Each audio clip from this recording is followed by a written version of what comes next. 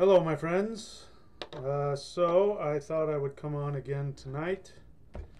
I wanted to talk about something that I kind of discussed with you guys. I guess something that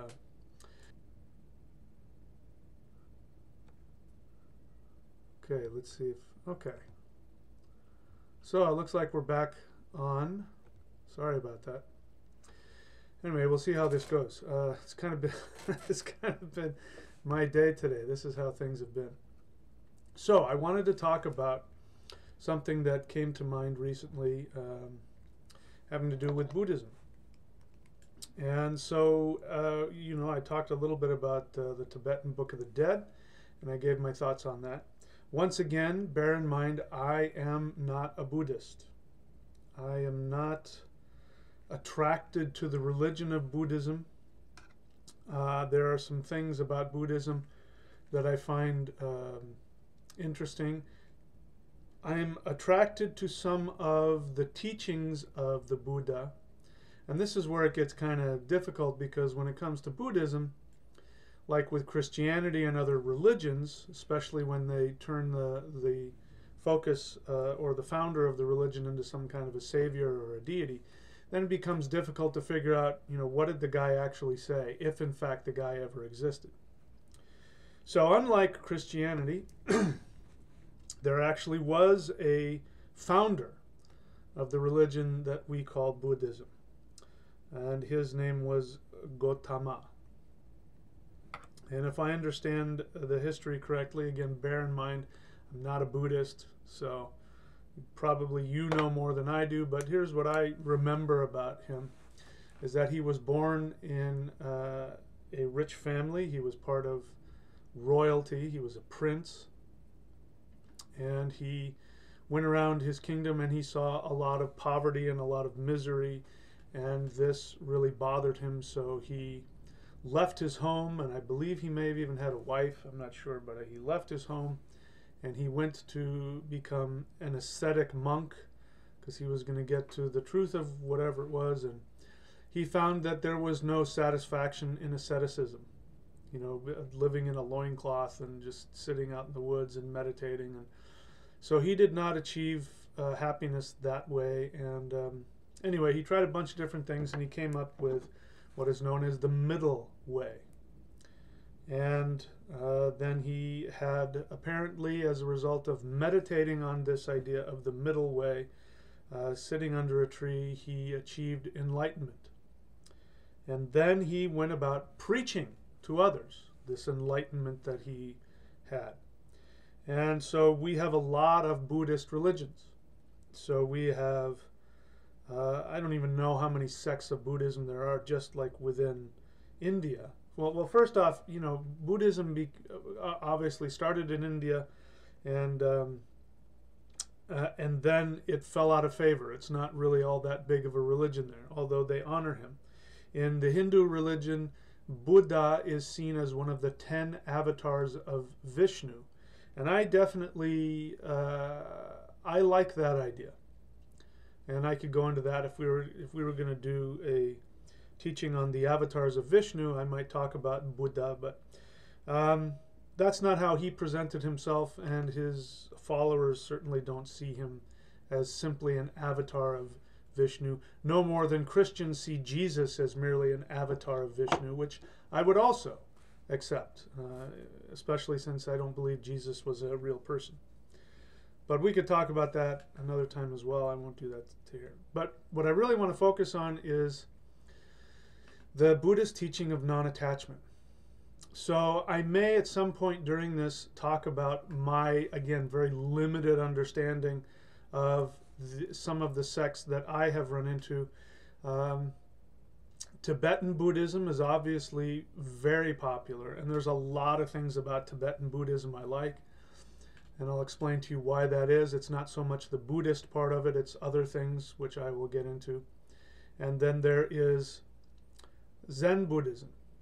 Zen Buddhism ended up being in Japan, where it gets its name Zen, but that actually came from Chinese Buddhism called Chan Buddhism. So you try to pronounce Chan with a Japanese accent, and it comes out Zen. So Zen Buddhism, there are things about Zen Buddhism that I like, but again, not the religion. And I will explain why I like the things that I do like about it. I'll explain it to you. And you will see as I talk about this, the pattern of, you know, Buddhism isn't really Buddhism. This is the thing. Wherever Buddhism goes, it ends up becoming a syncretic, a synthesis of indigenous beliefs with Buddhism sort of plastered on top of it. Very similar to Catholicism. Like, you know, a good example would be, you know, the African, what is that? Santeria. Santeria is actually Yoruba polytheism with Catholicism slapped on top of it. And you change the names of the Orishas to Catholic saints, but then you still practice your African religion. There's some elements of that left in Catholicism and Christianity. In fact, we're entering into a period right now of Christmas, right? Which, of course, even if you go by the Christian religion and the Christian holy writings, there is, you know, Jesus was not born on December 25th.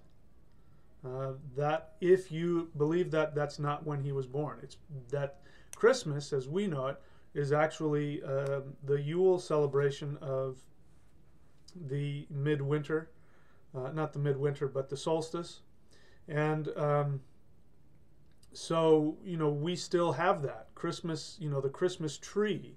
There's nothing, you know, Christian about it. The Christmas tree is nothing more than pre-Christian Germanic polytheism. The tree that people put the presents under is nothing other than Yggdrasil, the tree of life, the shamanic tree of the universe. So, you know, and even to the decoration of the Christmas tree, even to the little balls that we put on there, the little ornament balls. The ornament balls are supposed to be the worlds, the 9 worlds. So, you know, this is why I don't have a problem with Christmas trees and Yule logs and Easter bunnies and all that, because that all comes from our indigenous polytheist traditions. So I like that. And I will tolerate that people, you know, want to look at it as Christmas, but in reality, we are still celebrating the polytheist Germanic solstice celebration. So the same is true for Buddhism in many of its guises. Again, I'm not an expert. I don't want to be an expert. I'm not interested in that. But I'm going to talk to you, we're going to focus on my take on the Buddhist teaching of non-attachment. I'm going to share with you what I believe based on my, you know, and I haven't done this research in years, but the research that I did on Buddhism, I came to find what I believed to be the authentic teaching of Gautama Buddha and the differences between that and, say, Tibetan Buddhism or Zen Buddhism. So we'll talk about that. Before I do that, I will go ahead and see if there's anybody on. I know that, well, we'll see if there's anybody on. We do have some people here. We have 18 people on. Let's see. Again, what I'm going to be looking here for, again, people say hello. Hello to everybody. I'm going to be looking for the questions. Yes, his name was Siddhartha Gautama. I do see a question mark. Natalia Lokia says, greetings teacher, happiest of Yule to you. Question, I'm currently transcribing Tibetan Buddhist text to a shamanic view. In Tantra, arising as a deity is a popular theme. Is this seed? Well, again, let me be clear. I am not an expert in Tibetan Buddhism, so I would only be guessing based on what that means, arising as a deity. I wouldn't be surprised, because Tibetan Buddhism, I guess I can go ahead and get started on that. Tibetan Buddhism, and I hope people can hear this who are Buddhists who don't get upset by this. Tibetan Buddhism is quite different in my opinion from what Gautama Buddha taught. Maybe not quite different, but it definitely elaborated and it syncretized a lot of things. So the story, as I understand it, is that when Buddhism was being preached and it was spreading, it spread to Tibet, and the royalty of Tibet converted to Buddhism. But according to, this is my understanding from Buddhist, Tibetan Buddhist understanding, is that there was a war between the shamanic deities, the spirits of the indigenous religion, and the Buddhist priests in Tibet. And so much so that they felt as though these that the shamans were actually doing black magic and sending these Tibetan shamanic deities and spirits to attack the Buddhists. And so what they did is they called for a guy named Vajrasattva, who was in India, and he was a Buddhist, but he had converted from Tantric Hinduism. And so he was a very powerful Tantric yogi. So he had all kinds of powers and everything. So he came to the court in Tibet, and he proceeded to use his tantric power to convert the indigenous shamanic deities of Tibet. And the way the story goes from the Tibetan Buddhist perspective is that the evil shamans would send these spirits to attack, and then Vajrasattva would be there, and he would do whatever he did and use his magic, and he would convert the spirits to Buddhism, and then those spirits would become protectors. And so many of the protector spirits in Tibetan Buddhism were, according to tradition, shamanic spirits or deities. Now, as I've said before, you know, if you talk to people, at least some people, and I could be wrong about this, but according to the research I did, there was some damage that was done by the Tibetan Buddhist religion to native indigenous shamanic traditions in Mongolia as well as in Tibet. And there was a lot of persecution and a lot of other things that happened as a result of that. And so to me, this is, again, religion versus spirituality. And so that's my theme, and we're going to focus on that a little bit. But so that's one thing. So to answer your question, I don't know what this arising as a deity is. If I knew enough about it, I could tell you, but it sounds like a form of seed. Take it for what it's worth. Okay, so again, the best way to communicate with me is to ask me questions. While I welcome people's opinions, the questions are what I want, because I want to elucidate my thoughts, and I want to help people who want to understand where I'm coming from. Okay, all right, let me see. All right, so haven't seen any questions here yet, so let us continue on. All right, so I shared with you, because of this recent question, I shared with you some of the understanding. By the way, having said that, I do have a lot of respect for Tibetan Buddhists. My current teacher, who was my Kundalini yoga teacher, and he's still my mentor. He is very deep in Tibetan Buddhism, and works with all the higher ups and all that. So I have a lot of respect for it, but I see it for what it is. In my opinion, I see it as a religion. And I think it's important to understand the usefulness of religion. The term religion means to bind up. And so how religion is helpful is that it gives you boundaries. And it gives you boundaries so that you can focus your intention, and so that you can focus your discipline. Because we do need discipline, and we do need intention, and we do need boundaries. But just like training wheels, at some point, you want to take the training wheels off if you really want to get the most out of riding that bike. And I think the same is true for not only religions, but spirituality in general. That is why I prefer to identify as a shaman, because not that I'm trying to be I'm not trying to be a traditional shaman of Mongolia or anything. Shamanism has a lot more open borders to it in terms of the way that you act, the way that you think, and it's focusing on doing one thing, which is bringing balance. Bringing balance and finding ways to channel the power of the spirit into the physical realm for that purpose, to bring balance. So that's why I do that. Okay, so let's talk a little bit about my understanding of Chinese Buddhism. Now, the way that I came in contact with this is through Taoism. Now, again, there is religious Taoism and there's philosophical Taoism. Most people, when you talk about Taoism, they go, oh, Lao Tzu. But Lao Tzu, even though he is revered as a saint and he is pretty much the poster boy for Taoism, and again, whether Lao Tzu actually existed or whether there was multiple people or whether it was simply a pen name, those are all up for debate. But the Tao Te Ching is not like the Bible of Taoism. The Tao Te Ching is the Bible of philosophical Taoism. And so that idea of the Tao is really what Zen is drawing from. Chan Buddhism draws from the Tao Te Ching. And the teaching of emptiness that you get in Zen Buddhism is really Taoism. That is what philosophical Taoism especially is going towards, and a lot of Taoist meditation is seeking that. So I'll give you an example. There's, being an internal martial artist, even though I am not even though I have not learned Shaolin Kung Fu, I'm familiar with it.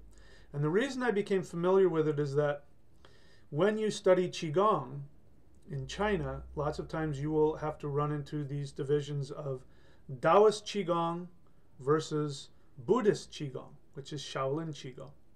And so the Shaolin Temple has its own little myth about how it came up with all of its its Buddhist Qigong, which involves using the 5 elements and the 9 the 9 centers and the 3 dantians.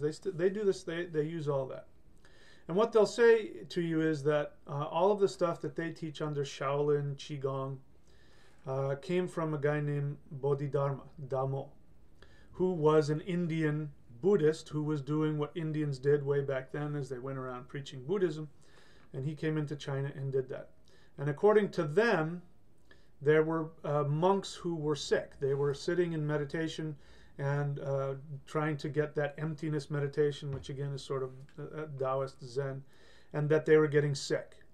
And so Bodhidharma went into a cave and sat in front of I think it's 9 years, again, don't hold me onto that, but faced the wall for 9 years. And when he came out, he had this teaching about the 5 elements and the 3 dantians and all that. And really, what if that were true, I would more believe that he went out the back door of his cave and went to the Taoists and asked, will you please teach me about Taoist energy work and Taoist healing? And then he learned all that and came back through the back door and said, oh, I've come out of the cave. Here it is. Because there is nothing in the Hindu which is, the Vedic tradition, which is where Buddhism came from.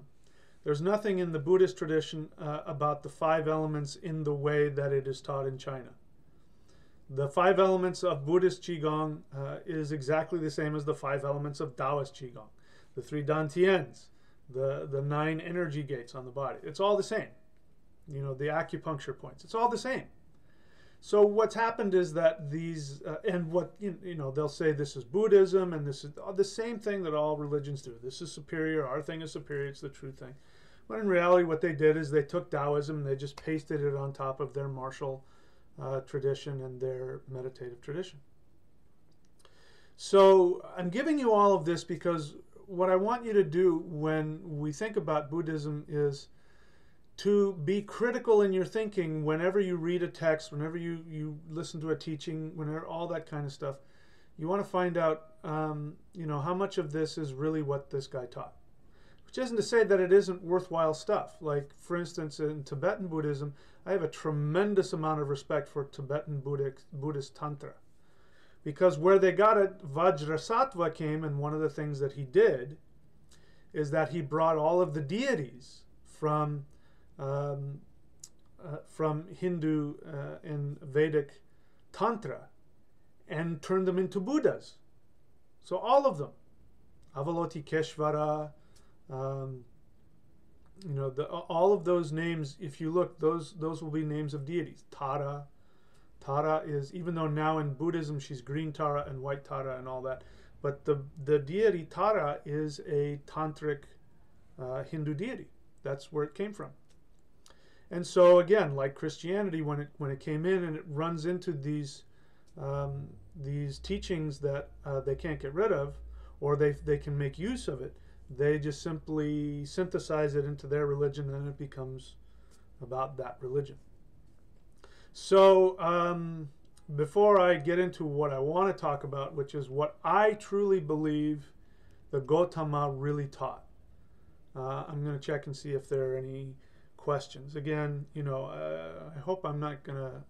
I've been pissing people off lately, so I sure hope I don't do that too much. It's not my intent to do that, but I really have been apparently been pushing a lot of buttons. A lot of people have been upset with me. All right, so let's see here. Question. In Tibetan Buddhism, attachment, illusion, and desire are often spurned and judged. Tantra is dangerous. What are your thoughts on the righteousness trap of Sutra, right-hand path? Well, that's interesting because, you know, that's also my experience in Taoism. That in Taoism, there's a right-handed path and a left-handed path.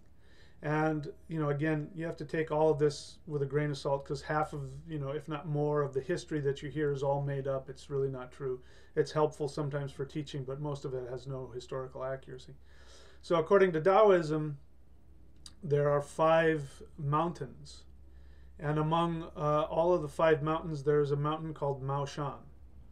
Now, if you go to a Taoist and you say, I practice Mao Shan Taoism, their hair will stand up on end and they will run away from you. They'll say, you black magician, you worship demons. They will call that the left-hand path. And then I forget the name of it, but there's one mountain, there's a couple of mountains, I forget the names of them right offhand, that are associated with martial arts and with meditation. And these are right-hand path Taoism. And in those monasteries, traditionally, women were not allowed. You could not bring a woman in there, just men. So that gives you the idea of the right hand. Whereas Mao Shan was started by a woman. She was started by a woman she was a shaman, and she had visions, and she was visited by immortals, and they gave her these special, powerful things of meditation. And Taoism wasn't about achieving enlightenment. It was about achieving immortality. It was about perfecting your physical body, your energy body, so that you could become perfected and become a god. That's what Taoism was all about. So what's interesting is that the one mountain where all of it started was Mao Shan. And for especially the beginning of the Taoist period, that was the place. And now it's the place that everybody says, ooh, that's evil, because they're frightened of it. I trained in a martial art that, well, it was a mystical martial art, but it's extremely effective on the physical level. In fact, my teachers forbade me from using it because they said it was like bringing a gun to a knife fight. It just wasn't fair. But when I would go to other Taoists, I mean, I met some Taoist priests and, you know, all this, and and they would say, what do you practice? And I say, Mao Shan. And one guy wouldn't even let me into his studio. I wanted to learn his meditation. I was interested in his Qigong. I didn't know about all this stuff. And I showed up at the front door, and, he said, what do you practice? I said, Mao Shan. And he went, that's dangerous. Demons jump inside your body. And I went back to my teacher, and I told him about it, and he laughed. And he said, don't tell other people what we do. They won't understand it. So I figured I'd go back. I went back a week later, and just like in the Kung Fu, you know, the TV show, I sat in front of the door waiting for him to come. I could see him in there, and he kept looking at me like this and pretending I wasn't there. And then he saw I wasn't going to go away. So after about 10 minutes, he got up and walked to the door, and he stood in front of the door. And he was a big guy. He was a big African-American guy. And he stood in front of the door, and he said, "What?" And I said, "Are those the times for your classes?" And he said, "Yes." I said, "Oh, okay, I guess that's all I wanted." And then he slammed the door in my face. And so that when you hear this kind of stuff, that Tantra is dangerous, it is dangerous. It's dangerous on a couple of different levels. Now, having said that, that same teacher and his teacher, not the Grand Master, but the two guys above me, they're bonkers. They're bonkers because they tapped into some really serious power, and they didn't meditate. This is why I stress that you have to ground. Now, all the stuff that I teach, even though it comes from the spirit fighting, the Qigong and all the stuff you get, it's safe. But, those of you who have done it, it's very transformative. It's very powerful for a lot of people. And it's dangerous if you don't balance it. So the right-hand path, in my experience, whatever it is that you're doing, has built-in safeguards. And the right-hand path is for those that can't be trusted with the true secret teachings. So right-hand path would be, for instance, there's some techniques that I learned. Some of them I've taught you guys. Some of them are on my YouTube channel. I won't tell you which ones, but some of them are secret, high-level energy teachings, Taoist energy teachings, that if you understand them and you practice them, you can achieve, apparently, perfected immortality and all kinds of other things. But I kind of forgot what I was saying here. But so those things, they're extremely simple. You've seen it. The stuff I teach is very simple, extremely simple. Whole breath is a good example. Probably, easily one of the most powerful techniques I teach is the whole breath, and it's incredibly simple. It's a little bit subtle. You have to be subtle to get it, but once you get it, you've got it. It's like riding a bike. You've got it forever. Very powerful stuff. But the right-hand path, they'll give you all of these things that you have to do. So you have to do like this, and you have to wash your thing, and you have to do that. And then when you sit like this and you meditate, you have to open this up here and see this little kanji, and then you have to say this thing, and then the blue light comes down, and then you have to blah, and you bring, it gets really complicated. I'm not saying it doesn't work. It works. But it's really complicated, and it takes a long time. It takes a lot of discipline and a lot of patience. And I think that's the point. Because the right-hand path is for people who, if they were given the real nitroglycerin, they would just drink the whole thing and, blow themselves up. So the right-hand path ensures that somebody will learn, and they will learn the discipline, they'll learn the patience, they'll learn all of that. But the left-hand path, like Rahu and like Loki, it just wants to go straight to the source. It doesn't want to mess around with it. So that's my view on that. Why they call, why they do the right-hand path. Now, I haven't experienced that because I'm not a Tibetan Buddhist, and the Tibetan Buddhist stuff that I've looked at and played around with, it's because I have an interest in Vedic Tantra. So I know that that's where that science came from. So that's why I'm interested in it. But I didn't see it any different than anything else. It's the left-hand path is the left-hand path, and the right-hand path is for people who need the structure. Okay? All right. Let's see here. Woody Flynn's. Again, you guys, it's really good to put question like in all caps before you write your question so I can see it. I do see you had a question here, so I'll answer it. Woody Flynn's. I'm on the medicine wheel in the south. Do you mean the thunder wheel, what I teach? Because medicine wheel, if we're talking about a Native American thing, we don't know. It could mean any number of different things. The thunder wheel, if we're talking about the thunder wheel. I'm on the medicine wheel in the south, but I've left my tribe due to personal life. Okay, so I don't know what your tribe is. I'm assuming you're talking about some Native American tradition. I will give you the benefit of the doubt and assume that it is an actual tradition as opposed to a made-up plastic shaman tradition. So I'll give you the benefit of the doubt on that. I've left my tribe due to personal life. I'm trying to learn how to take myself to the West. You know, again, I don't know what you mean by that. I know what I mean when I talk about the thunder wheel and I say the West. So let's, for those of you who are unfamiliar with the thunder wheel, here it is.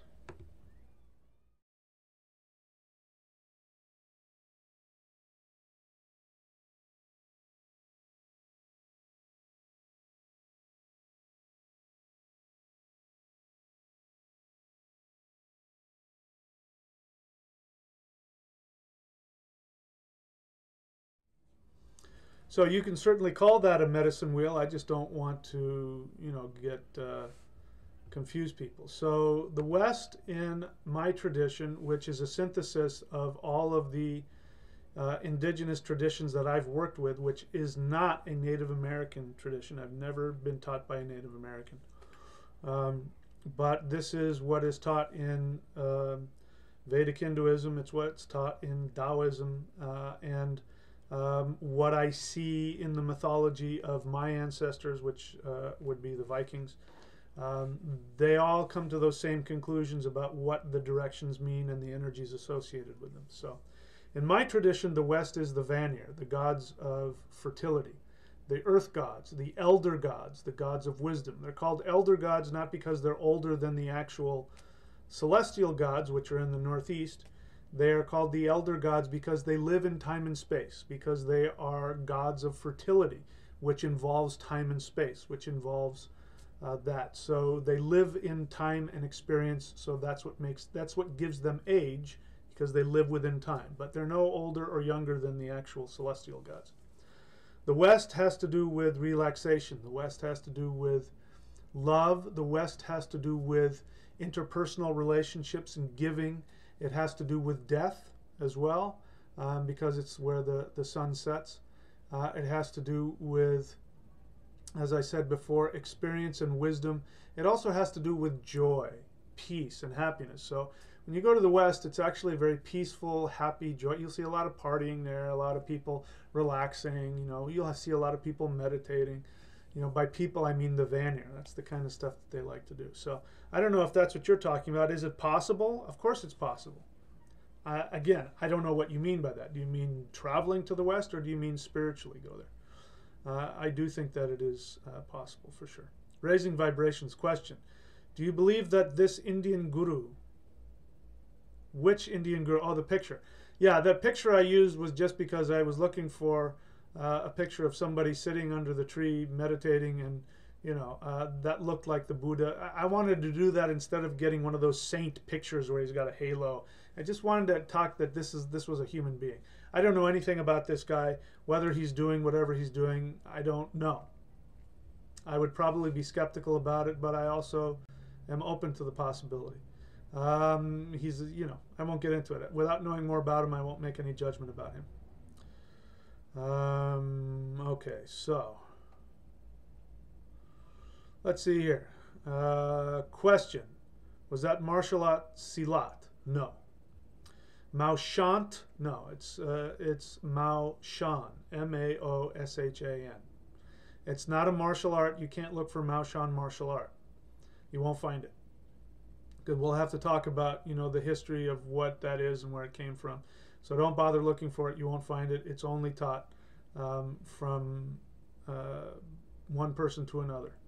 And those people, like me, I was told never to admit that it even existed. So I'm breaking the rules by even saying it exists. Okay, so, all right, so that's it for that. All right, so let me now get into what I believe here.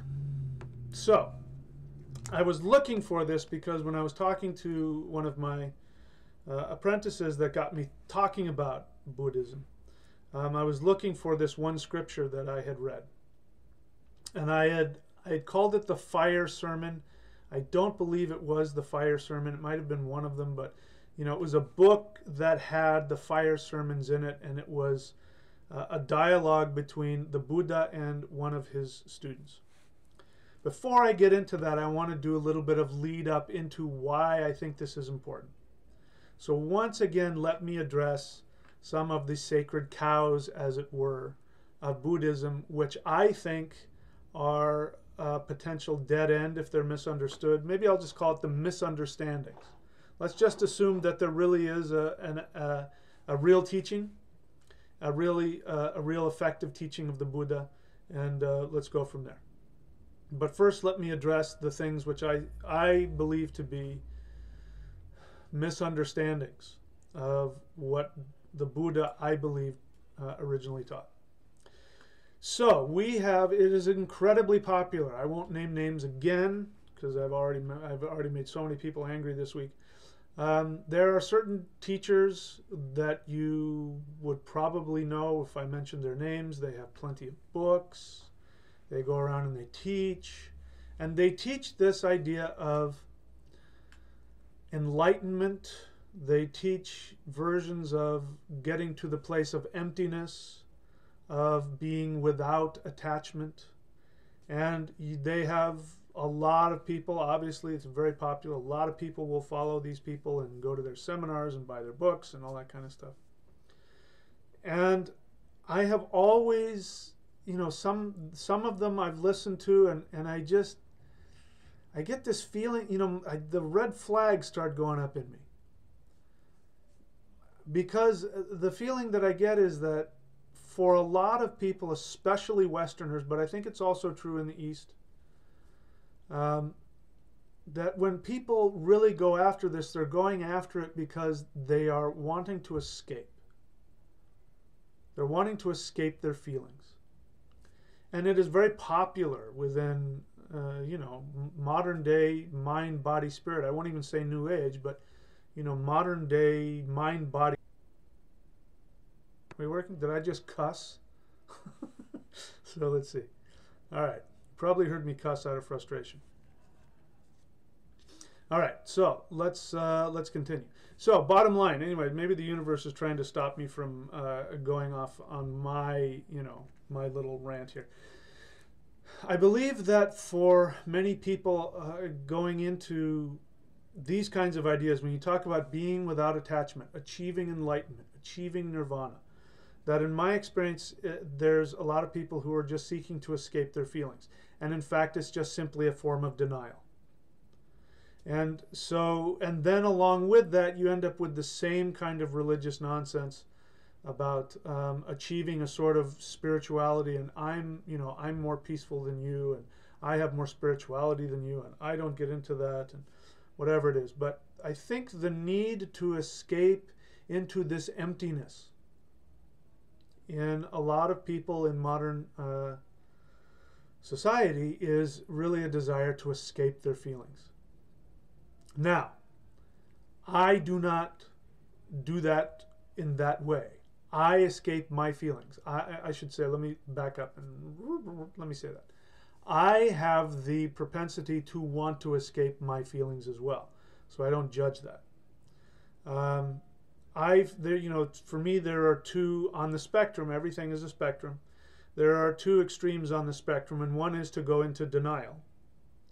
You know, people who say, oh, I don't have any feelings, and, you know, hate is bad, and anger is bad, and sadness is bad, and I have no feelings, I have no attachment, I have no desires, and underneath it all, they're in tremendous unconscious turmoil and pain. And a lot of people end up making themselves sick. There's a lot of people dying of cancer with big, bright, happy smiles on their face. Hi, and they're really nice, wonderful people. But they have a lot of unconscious rage that you will never see, might not even feel. And yet it kills them.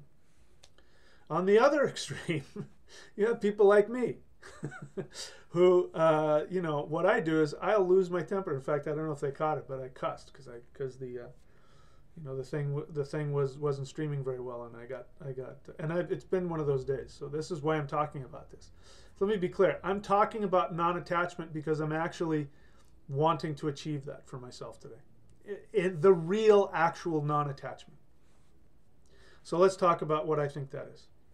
So let me go now to the teaching that really caught my eye when I read it. And every time when people talk about Buddha and Buddha's teachings, unless they're actually trying to teach some certain sutra or something, this is where I go.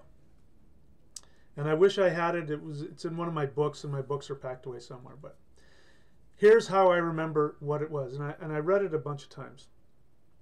But according to this, and if somebody actually knows which scripture this is, let me know, because I would love to look it up and read it again. But this is how I remember it. That Gautama Buddha one day was out in, with his, wandering around with his monks. And one of his students comes up to him and says, Tathagata, the perfected one, whatever. He says, I've been with you for, and I don't remember how long, X amount of months or X amount of years. And throughout all that time, you have never taught us about the afterlife. You've never taught us about the nature of the soul. You've never taught us about, and he goes through this list of all of these religious things. And he says, you've never taught us about any of that. And then in the poetic fashion that it's written, the Buddha responds and he says, dear so-and-so, student so-and-so, when did I ever tell you that I was going to teach the nature of the soul? When did I ever tell you I was going to teach you about the eternal life? When did I ever tell you I was going to teach you about heaven or hell? And he goes through the list of all the things that this guy had said that he, when did I ever say I was going to teach you those things? He says, the only thing that I have ever taught is that attachment causes misery. And that to be free of misery, you have to, whatever, I don't know what word he used, practice non-attachment. And he said, that is all I have ever taught. That is all I will ever teach. And then I can't remember what happened, but my feeling is that the guy walks away like, well, what the hell have I been doing this all this time for? Very upset, because he wanted to learn all this stuff. And so what this brings me to is, again, the nature of who the Buddha was, Gautama Buddha. Gautama Buddha was a man. He was a human being, unlike, say, Jesus, who I don't believe actually physically existed. Unlike the gods that I do worship, Thor, Odin. I do not believe that Thor or Odin were human beings like me that walked around. I believe that they were other things that did other things. They weren't a historical figure. But I'm open to understand differently. But that's my belief on that. But Gautama Buddha was a real person. Now here's the thing. As I have heard it, and I believe, this is what I believe about him. He was a mortal human being who died of old age, and he died of illness. Like, he died in pain. He was in a lot of pain when he died. He was a human being. He got sick and he died. He was a meat eater. He ate meat. He was not a vegetarian. So a lot of the things that are connected to Buddhism, about which, again, I'm not judging. I don't judge people who want to be vegetarians. But the whole idea that Buddha was like a Jesus figure who was transfigured.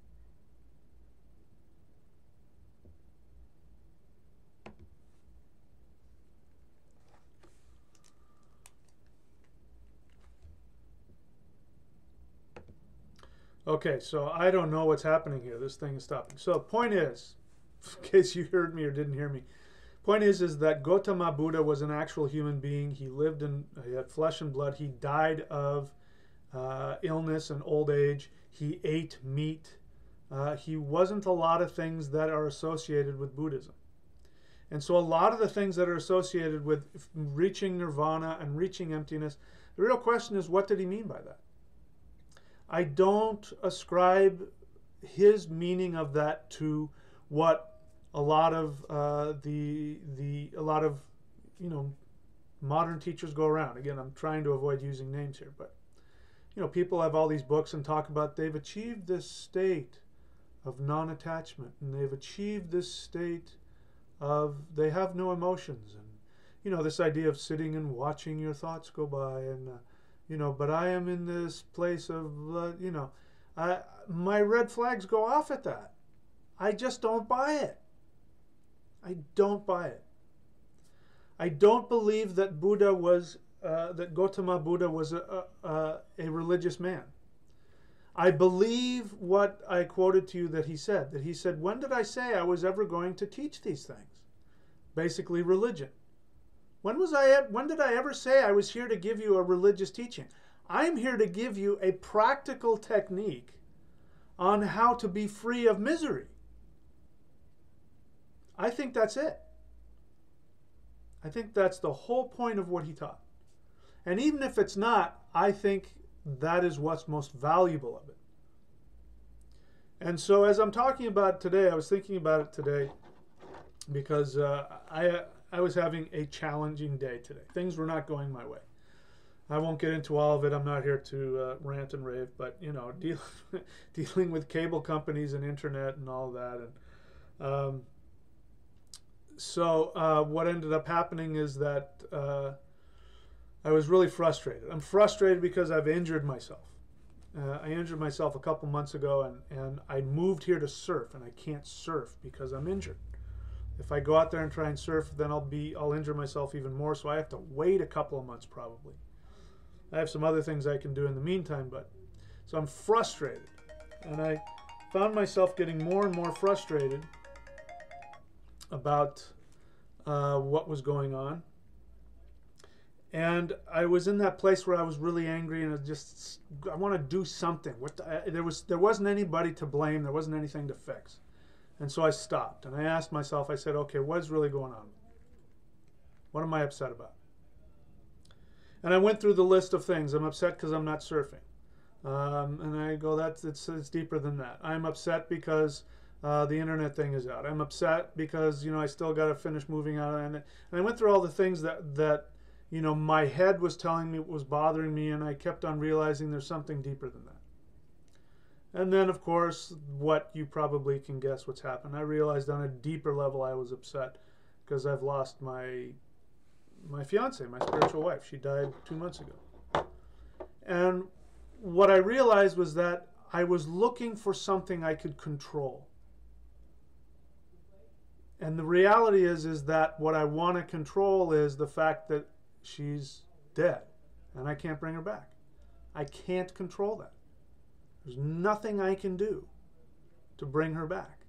And this was not conscious. On an unconscious level, I was looking for something I could control because it would bring me a sense of safety. And when I realized what it is that I was really upset about, that you know, on a deeper level, I'm realizing again that, you know, when you're that closely bonded to somebody, you start to create your entire future based on that. And that meant everything that I did. Moving in, whenever I would look at an apartment, I would go, okay, how is she going to feel about this? And will she like that? And she's got that over there in her bathroom. And everything I did in the future was planning on how to connect with her. And to, you know, and I found that on a deeper level, I was still doing that. And what I was frustrated about was that I couldn't unconsciously do those little plans. And when I became aware of that, you know, then I wept a little bit and I cried, and I realized that's why I'm so angry. And then I realized that, you know, my instinct was to do something. I won't get into what it is I wanted to do, but there were some things I wanted to do which would have distracted me from my feelings. And I asked myself, do I want to do that? And I said, no. It sounds like fun, but the reality is that that's just going to, you know, it's just going to put it off. And what I really need to do is learn how to face this emptiness in front of me of, you know, I don't have, on an unconscious level, it feels like there's this cliff in front of me. I don't know where to go. I don't know what I'm doing. I mean, in my head, I know what I'm doing, but on an emotional level, I don't know what I'm doing. Where am I going? What's the point of me here? And then I started thinking about this place of non-attachment. And so sitting in the mall, because I was going to go buy myself something, I was sitting in the mall, and I sat down and I put myself in a place of non-attachment. So let me be clear to you what I believe non-attachment is. Non-attachment has nothing to do with being free of feelings. It has nothing to do with distancing yourself from your feelings and being in this empty space where nothing bothers you. I don't think that's it. I've never been able to achieve things like that. The closest that I've gotten is when I do my spirit fighting work, when I do my energy work, when I do, you know, my left-hand tantric path stuff. That connects me to a lot of energy.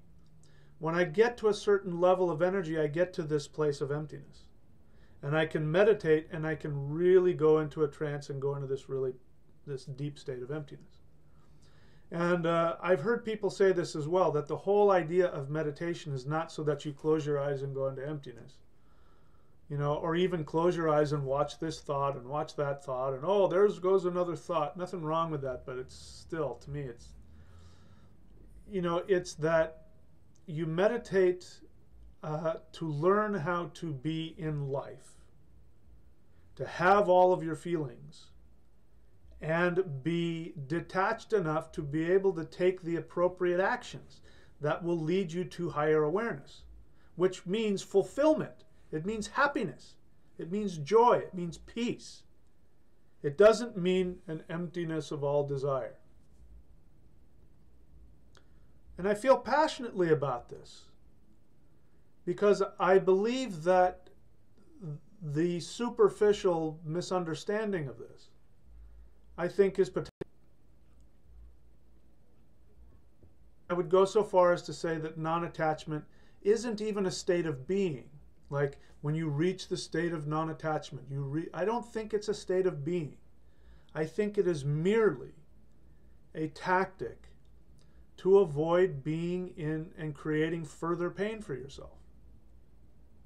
That's my point. That's what I'm trying to say. So, I know my thing has been turning off and on, and I don't know, all that kind of stuff. So who knows what we're going. So let me be clear. I don't want to bag on Buddhists, you know, give Buddhists a bad name. I'm not here to do that. Yeah, Cosmo Joe, I don't waste your time with whatever you find online about Maoshan Taoist sorcery. Just don't waste your time with it. Whatever you can find online is not the real thing. I mean, you can read it if you want. I don't know if it's a book or a manual or what. Go ahead and read it if you want, but that's not it. If you find something online, it's not. It's a, at least the tradition I was given is something that's only taught from one person to another. You won't find it ever. You won't ever find it written down anywhere. Okay.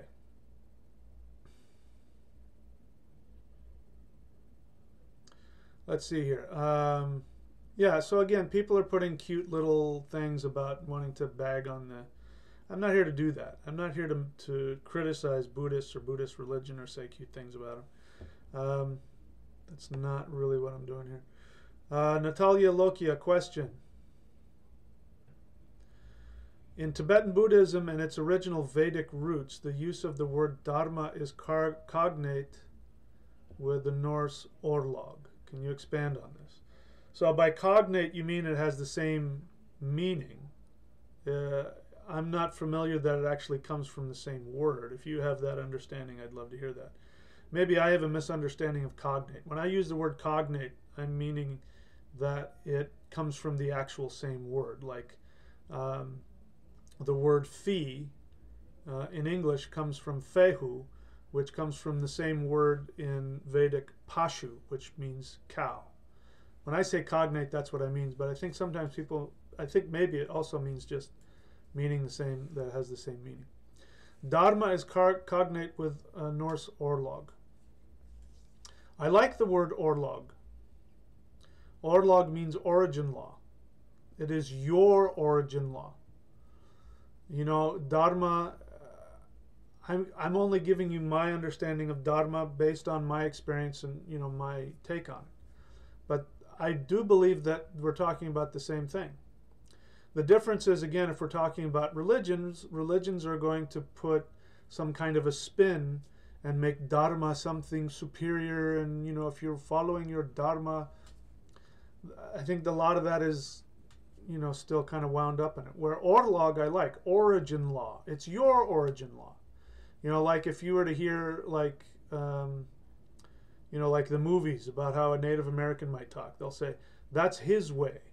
What is your way? This is your way and that is his way. It is his way to be like that, Kimosabe or whatever. And that's what I like about orlog. It's your law. It's the law within you. Your origin, meaning your deepest, truest self. When you get to the depth of who you are, there is the law that is you. It's yours. So, you know, how Dharma is actually used and whatever, I don't know, but that's how I use Dharma. But for me, again, just to get back to what I teach, I don't know if there's a word I would use. I don't even know if I want to classify things I teach. But what I teach is that when you follow your true path, which some can call your dharma or your orlog or your destiny, you will know what that is by listening to your deepest joy. Your deepest joy will tell you what your path is. It's not something that that you intellectually think about. In fact, you shouldn't have to do any thinking about it at all. You go in and it's a place of feeling.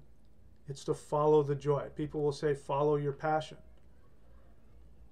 But I believe that that is there's only one commandment, in my opinion. And that commandment is that you are commanded by your own soul, not by any god or anybody else. You're commanded by your own soul to follow that which gives you the deepest joy, and to be willing to die while going after it. What our ancestors would call dying in battle. Those who die in battle go to Valhalla, and those who die of old age and disease go to the underworld. And to me, what that means is when you die and you have lived fearlessly and you have nothing left to accomplish because you followed your joy to such an extent that there are no desires left within you, that state of peace, you will then go to Valhalla. What you call it, heaven, nirvana, I don't care what. When you die from old age and illness, what does old age mean? Old age, does mean you get old, but it represents decay. And for me, decay is when you're, again, talking about attachment, when you're attached to something that is not filled with recurring life, it's dying, it's decaying. And so if somebody dies of old age, I'm going to go a little out on a limb here and use my interpretation, it would be that they themselves feel as though they are decaying as a result of being disconnected. The cranky old man, which sometimes I think I'm turning into. The guy that sits there, you damn kids, get off my lawn, right? That's the idea of the old man. Dying of illness. I believe it's tough because you end up, anytime you make, these black and white statements, these blanket statements, you get yourself in trouble. But my experience tells me that much of disease, if not all of it, is a result of exactly that. That on some level, either consciously or unconsciously, when people do not follow their highest joy, when they do not live as though they're going to die in battle, that you should live every day as if it's your last and get everything you can out of it. When you live like that, that you can avoid illness. Again, we start to get off on some weird tangents here, but, what is illness? What causes it? I believe that I'm going to go ahead and just assume that I have this theory, which I haven't proven yet, that all disease is a result of that. So if somebody dies from disease, then that would follow that they died because they haven't achieved their highest desires. Now, let me also say that I don't judge people for dying and feeling, needing is the wrong word. I don't judge people for dying and then choosing to reincarnate. I know I have thousands and thousands of times, and there's no reason why I can't do that. There's no reason why that won't happen to me. It would be nice if I achieved immortality, but, or whatever, Valhalla, but if it doesn't happen, it doesn't happen. And that's part of that is part of the fun. If it was easy, we wouldn't like it. Our soul likes to have challenges, so. Anyway, I don't know if I answered your question or not, but let's all right, so let us continue. Again, I'm looking for the questions. I'm not going to take a look at anything here unless it's a question to me. Question, Be More Smoky says, learning the thunder wheel And you teach that Thor is found in the east. Any particular reason my ritual is to venerate him towards the west?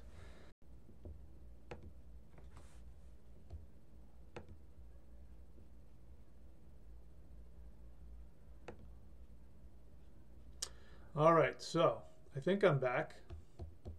Yeah, again, I'm having internet problems. This should be cleared up by tomorrow. So the question that was asked is, why did somebody have a ritual to venerate Thor towards the west? I'm assuming that you're one of my astrology clients. The reason for that is in your astrological chart, if I have you worshiping Thunar, I'm either doing that because I want you to get some benefits from either Jupiter or the moon, because Thunar is Lord of the moon. So that would mean in your chart that Jupiter and or the moon is in a Venus, no, not a Venus sign, in a Saturn sign. So either in Capricorn or Aquarius. The planet that's in one of those signs, that's how you know which direction that planet wants to work. So let's assume that it's Jupiter in Capricorn. I would say, oh, Jupiter's in Capricorn, so that means you have to face west. That's why I have that, if you're asking. Cosmo Joe, question, would you say that the same amount of what? The same amount can be achieved through simplistic systems like the Hool system? I never said that Mao Shan was complex. In fact, I said the opposite. So let me just first address the feeling behind your question. You want the best stuff. Mao Shan is the best. I want the best. Am I going to get the best by doing your stuff? So let me just tell you, having trained in the best stuff, that feeling right there, although I understand it because I once had it, is not going to serve you. Trust that if I have taught something and said, like with the Hool breath, I have said, if you practice just the Hool breath for the rest of your life, you'll get everything you need. I mean exactly what I say. You don't have to worry about the higher or the better or the more complex or the more this or that. You know, I can tell you from experience, you could have the most high whatever and still be miserable and in fact make yourself sick. One guy I know who had the high level teachings gave himself cancer. So that tells you right there that he wasn't, you know, he wasn't following his true joy. So yes, everything I teach, as the Hool breath, celestial qigong, the yin yang hands, all that stuff, you pick one of those and do it for the rest of your life, you'll get everything. You will get everything. Let me see. All right, so I'm looking for the questions. Not seeing any. All right, so I think I sort of said what I wanted to say. Yeah, I don't. Yeah. So, anyways, I am having some internet issues, and again, that should be cleared up by tomorrow. So that's why the thing keeps going off and on. But so that's my point. I don't know how much of what I wanted to say got out because I got cut off so many times. But I'm frustrated today, and I realized that my frustration wasn't about all the little petty things that could, in fact, frustrate me. What I'm frustrated about is that on a very deep level, I'm getting to a place where, you know, I'm getting to more of a deeper place as I continue to transform as the result of the loss of my partner. As I continue to do that now, today, I became more conscious on a deeper level of being in a state of emptiness. And this state of emptiness isn't, it's a state of emptiness of, oh crap, what the hell do I do now? I don't know what my next step is. I don't know what I'm supposed to do. And it's not even that. I can come up with a list of things I'm supposed to do. It's more like, I don't know how to interface with this universe anymore. I have been interfacing through my connection with this other person that is gone. She's as gone as they get. They don't get more gone than this. She's gone. Whatever connection I do have with her, it's different now. And I'm not even sure I know what that connection is. But it's different. And so here I am, like standing on this edge of a cliff, and in front of me is just this abyss of who am I and what do I connect with and how do I interface myself going forward from here? It's a real state of emptiness. And so in order for me to continue to make that transition, I have to practice what I believe to be was the original teaching of non-attachment, which is that what Buddha said, what Gautama said was, when did I ever say I was going to teach you what heaven or hell was? When did I ever say I was going to teach you what the nature of the soul was? When did I ever tell you I was going to teach you what the afterlife was? The only thing I've ever taught, the only thing I ever will teach, is that attachment causes misery. And if you want to avoid misery, you have to be in a state of non-attachment. And so I think that that state of being in a state of non-attachment may or may not give you peace. It may do the opposite. You get into that state of non-attachment, it might be a really frightening, horrific place for you to be. Like I'm in that. I don't know how to interface anymore. It feels like I don't know where to go. It feels like I don't know what I'm doing. And I could give you the list of, there was a bunch of things that went through my head that I really wanted to do to distract myself from it. And all the while I was thinking of it, I could sense that I was angry. And I was wanting to do it with some anger. And I thought, if I'm going to be angry, I should know why I'm angry. So that's what got me into the, getting through. And what I did was I went back through my emotions. I did not sit there and go, look at my thoughts. Oh, look at that thought and it's flying away. Look at that thought. To me, that is an intellectual state of masturbation. There's some value to that kind of that exercise, but to me, that is for really intellectual people, and a lot of people are like that. They're not connected to their emotions. They're really intellectual, and so for them to look at their thought and to watch their thought go by, and to me, that's just intellectual masturbation. Maybe it's because I have Moon in my first house. I'm very connected on an emotional level. So for me, I'm an emotional person. Whether that emotion is joy or sadness or happy or peacefulness or whatever, it's an emotion for me. It's a palpable feeling. So that's what I did. I realized that I was setting myself up to step out of my integrity. And what that means is, if you don't know, my integrity is the most important thing that I have. My integrity is not a moral thing. My integrity is this feeling that no matter what's going on, no matter how I feel, I am connected to my soul, and that I have this feeling of I know who I am.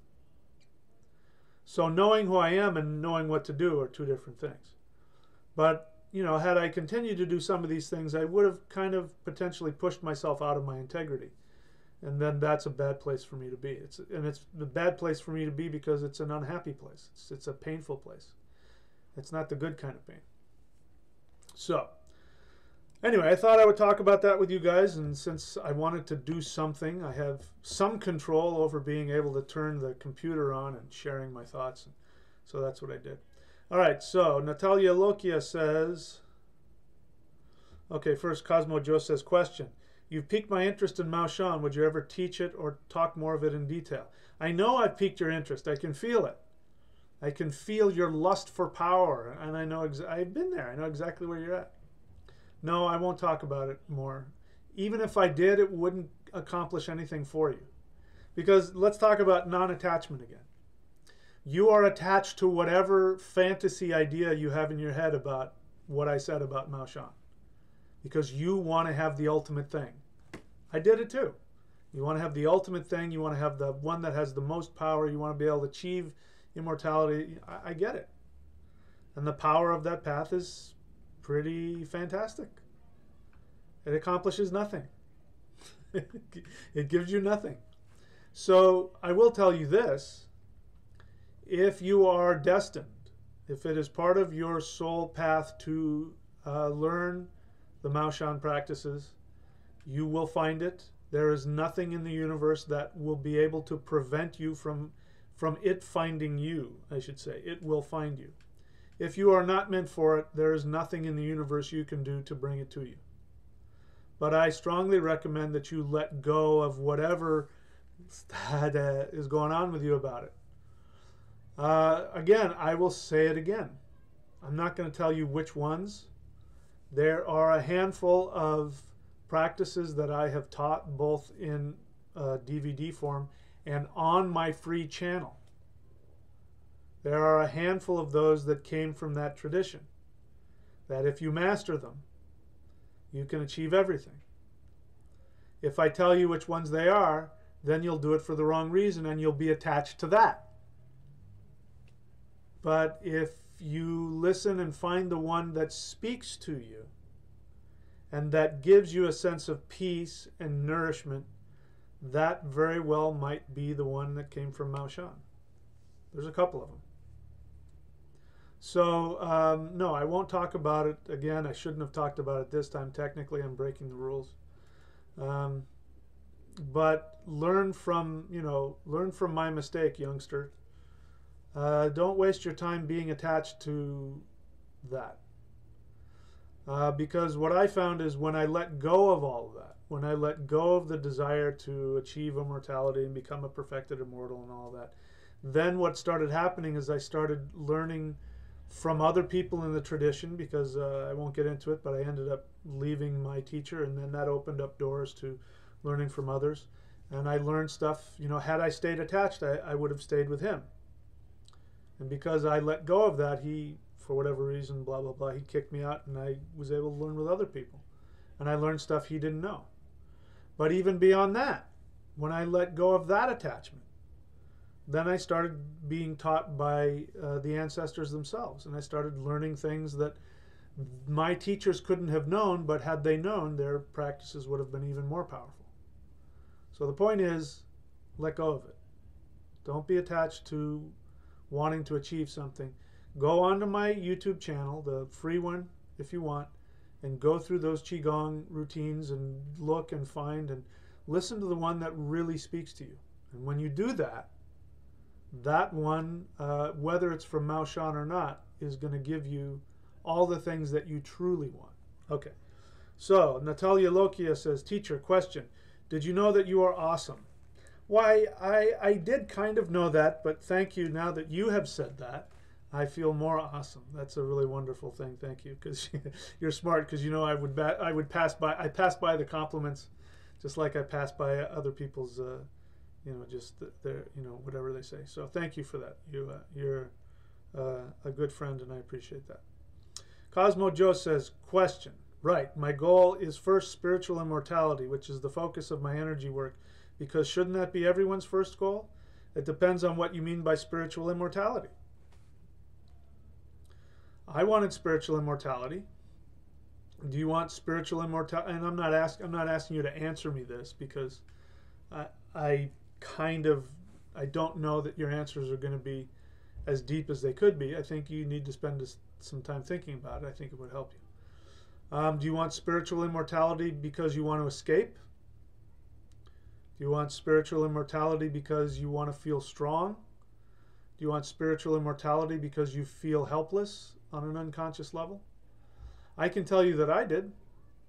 That when I was going after immortality and the things that I was going after, I won't even mention some of the stuff that was dangling in front of me when I was training with them. It was because I was not in my full power, and there was still a lot of unconscious pain and issue and insecurities and all kinds of other things. Having said that, that doesn't mean that I wasn't destined to learn these things. I clearly was. And I was able to use them to overcome a lot of those things and find, again, the connection to my true soul. So understand that all of these things about spiritual immortality and whatever it is, all of those things are the carrot that the universe dangles in front of you in order for you to follow whatever teaching, whatever technique, which will force you to release your attachments to the things that will not help you. So when I say illusion, I'm not, again, talking about from on high, the illusion of the masses. I'm talking about the illusions of the desires that don't give you happiness. It's all about that. It's all about getting to that place of being connected to your soul and having joy. Having said that, what I haven't shared with this is that throughout all this tremendous pain I've been going through and very challenging stuff, there have been periods of time where I have a more intense feeling of joy and happiness that I haven't had yet. So again, this is why I say this place of non-attachment is not this, one or the other. It's a dynamic balance, and you can have both. You can be in a state where you're, at the core of your essence, the core of your being, that you're mourning and in tremendous pain and fear. I'm experiencing a lot of fear. I'm looking at this abyss, and it's fearful to me on an emotional level. I don't understand what's going to happen next. Not what's going to happen, like where I'm going to live or what I'm going to do, but what happens to me now? My essence, who I'm obviously going to change. What does that mean? It's scary. We want to stay in what we know. I want to try and recreate something I know. And then I bump into the reality of, I can't do that. And then I get angry because then I don't have control. But it is so important for me to stay in touch with my feelings. It's so important. I never want to lose that. And I always want to be just a human being. And I want to see, this is why I want to see the Buddha like that. Who knows what he was like in person? I know that he actually exists. Who knows what kind of a person he was? Maybe he was a very peaceful person, I don't know. But I would like to believe that he was at all times, if he followed this true path that he supposedly teaches, I would like to believe that he was always connected to his emotions at all times. Because he died in physical pain. That's important for me to believe that. He died a human being in physical pain. He ate meat like I do. That's important for me to believe those things. Because I can relate to that. The guy who's shining and lets I can't relate to that. I don't know what that means. That's what I hear when I hear you say. Maybe you're not saying it, but that's what I hear when I hear you. Okay, so I think I'm back on here now. Anyway, so that's anyway. We'll just leave it at that. So what I want to do is I don't want to lose my humanity, and I don't believe that the trivialized forms, the superficialized forms of Buddhism that we see. I'm hesitating because I can't tell if I'm still talking or not. I'm not sure if those kinds of... anyway, now I forgot what I was saying because I got distracted, so who cares? All right, so I'm going to check and see if there are any questions. I didn't really have a whole lot prepared for today, so if there are, I'll answer them. If not, I will continue. So, Cosmo Joe, question, right? My goal is first spiritual immortality. Okay, he already asked that question. All right, man, so I don't have any questions here. I don't really have anything more to say. So I'm going to say this instead.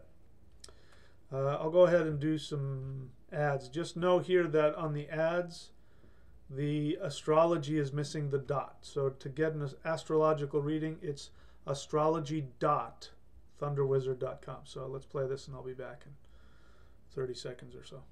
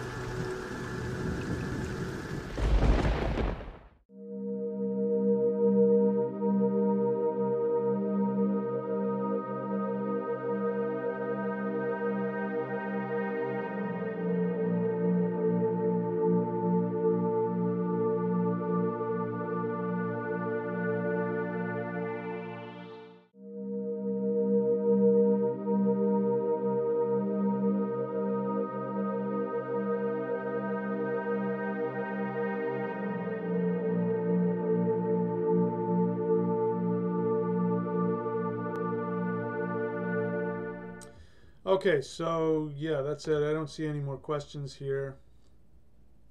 So I'll just end with this. My belief about non-attachment is definitely, I would say, in a state of evolution, and I am totally open to that. I don't think that, I never want to get to the place where I'm not learning. I always want to learn, and I always want to evolve, and I always want to keep my mind open, and I change my beliefs quite frequently, and I'm happy to continue to do so.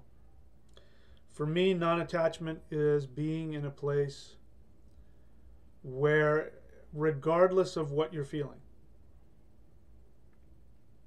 that you want to be conscious of not only what it is that you're feeling, but why you're taking the actions that you're taking.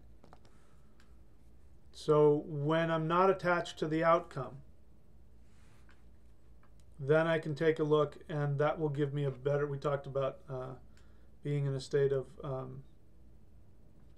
critical thinking, you know, a state of objectivity. And one of my friends would say, you can never be objective, which I think is true, but I think that it's a worthwhile thing to want to achieve a state of objectivity. And for me, the only way to do that is to always be in touch with my emotions, and to always be in touch with why I am taking certain actions, whatever my actions are. I always want to know where I'm coming from and why I'm doing what I'm doing. I don't believe in judging anybody for anything. When I work with clients and they say, oh, I do this, or I have this kind of lifestyle, or I do that, even if it's something that I myself wouldn't do for various reasons, I never judge them for that.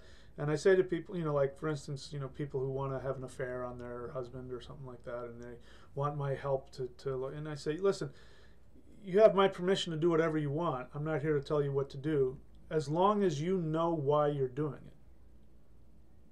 As long as you're conscious of why you're doing it.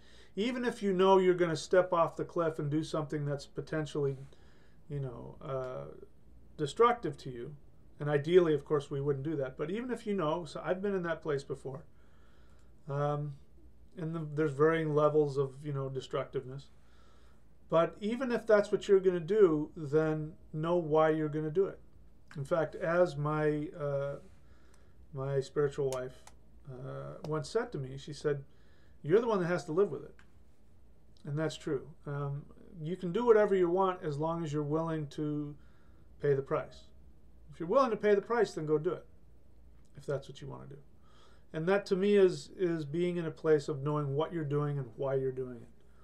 So that to me is, I guess, as good a definition of non-attachment as I can come up with. So anyway, I think I'm all done. I don't think I had a whole lot to say anyway, but I'm ready to call it a night. But I'm going to check and see if there's any other questions. Blaxican in Taiwan says, do you provide a recording of our personal Vedic astrology consultation with your service?